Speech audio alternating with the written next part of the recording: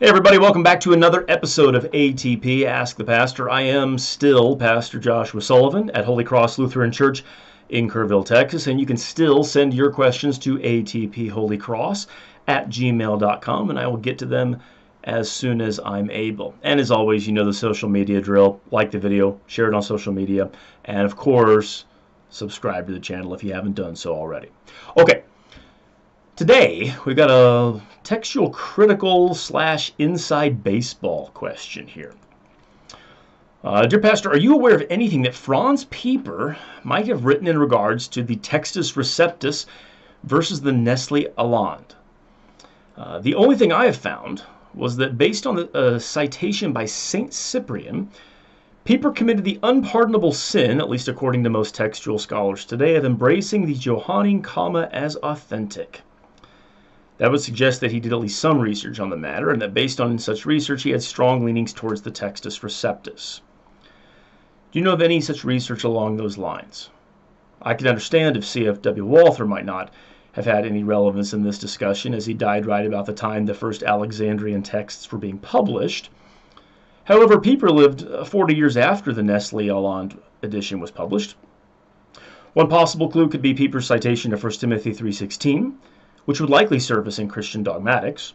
In the TR it reads, God was manifested in the flesh, whereas the Nestle-Aland reads, He was manifested in the flesh. If he does the former, does he offer any justification that way, like the citation of St. Cyprian for the Johannine comma?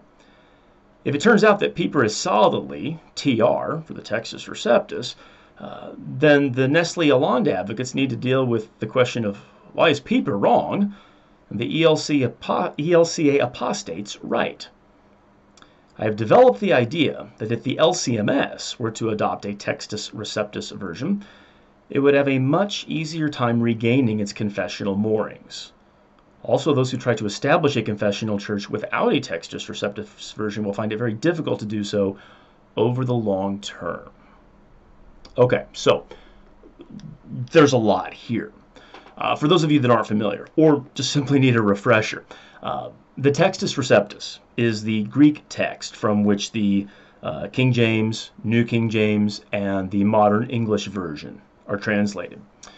The Textus Receptus, the TR we'll call it, the TR itself is a group of late Byzantine texts compiled by Renaissance scholar Erasmus of Rotterdam.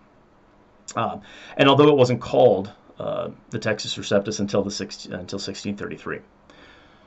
Overall, the TR is representative of the majority of Greek manuscripts used by the Church for centuries. The Nestle-Aland, on the other hand, is a text of the Greek New Testament that draws much more heavily upon earlier and allegedly more accurate Greek manuscripts.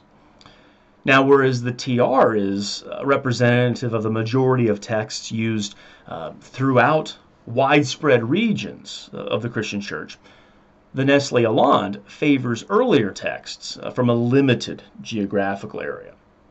Now, generally, and I'm painting with the broadest brush I can find here when I say this, generally, advocates of the Nestle-Aland view the TR as out of date, while advocates of the Textus Receptus view the Nestle-Aland as an innovation.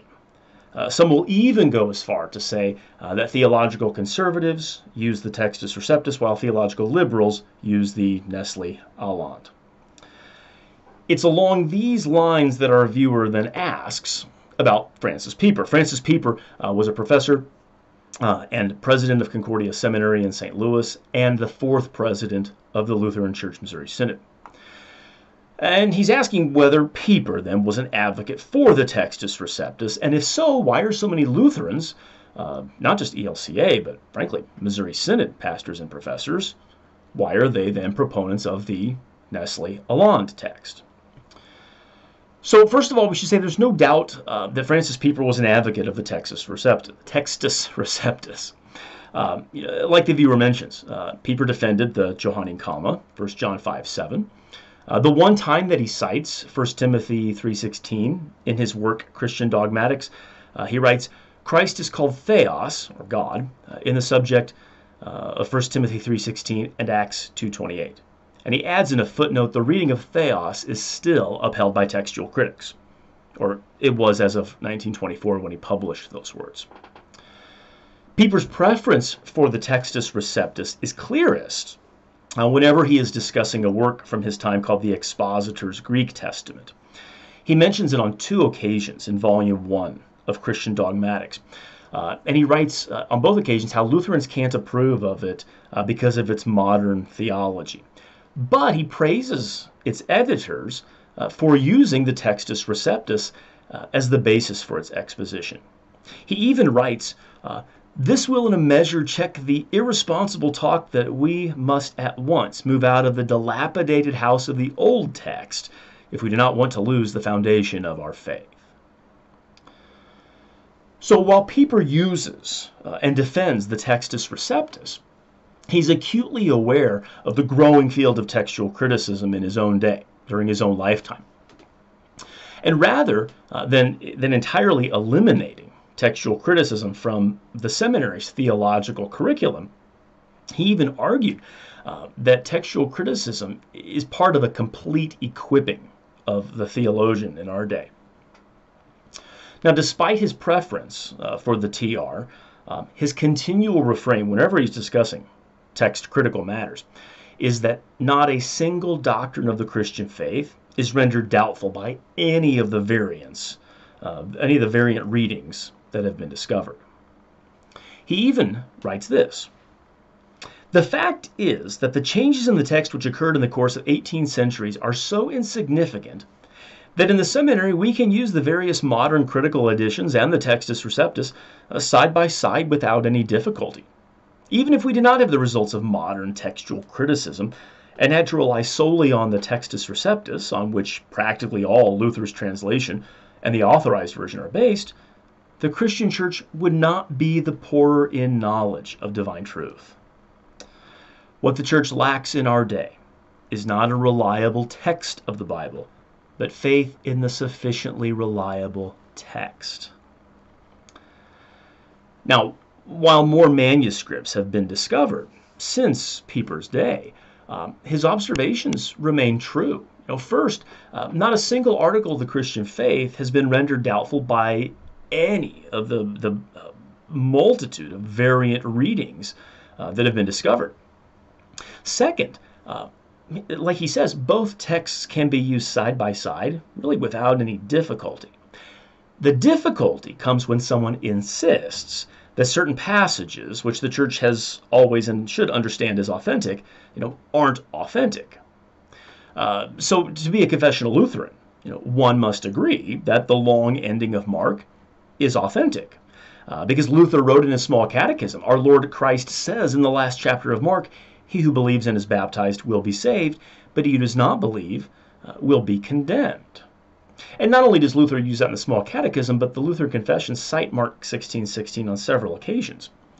So to insist that the Nestle-Aland is correct at this point, and the long ending of Mark isn't authentic, that would be to deny the truth of the Lutheran confessions. On the other hand, exegetes can and have differed over the Johannine comma, 1 John 5:7. It isn't represented in the majority of manuscripts. Erasmus didn't include it in his first 2 editions of his Greek New Testament because none of his manuscripts had it. And so Luther didn't have it in his translation either because he used Erasmus's first edition. Luther, in fact, thought it was a later edition on account of the Arians. And he argues that whenever John speaks of witnesses, he's always speaking of witnesses on earth, never of witnesses in heaven. On the other hand, Lutheran theologians like Philip Melanchthon and Johann Gerhard can defend the comma's authenticity. Either way, it doesn't change the church's doctrine. So I think the bottom line here is using Nestle-Aland doesn't automatically make someone an apostate or a liberal. Using the TR doesn't automatically make one a more pious Christian or even a confessional Lutheran. Personally, I think the Textus Receptus is a better text than the Nestle-Aland, and it's representative of texts which have been used, throughout the church's history. But using the Textus Receptus doesn't make one a Christian, nor would its common use throughout the Missouri Synod help the Missouri Synod become a confessional Lutheran church body. It is rather, I think, as Pieper said, what the church lacks in our day is not a reliable text of the Bible, but faith in the sufficiently reliable text. Faith in the word that we have received. That is what we are in sore need of in our day. Faith in the word that we received. That is what makes us Christians. Hope this helps. Otherwise, we'll see you next time for another episode of ATP Ask the Pastor.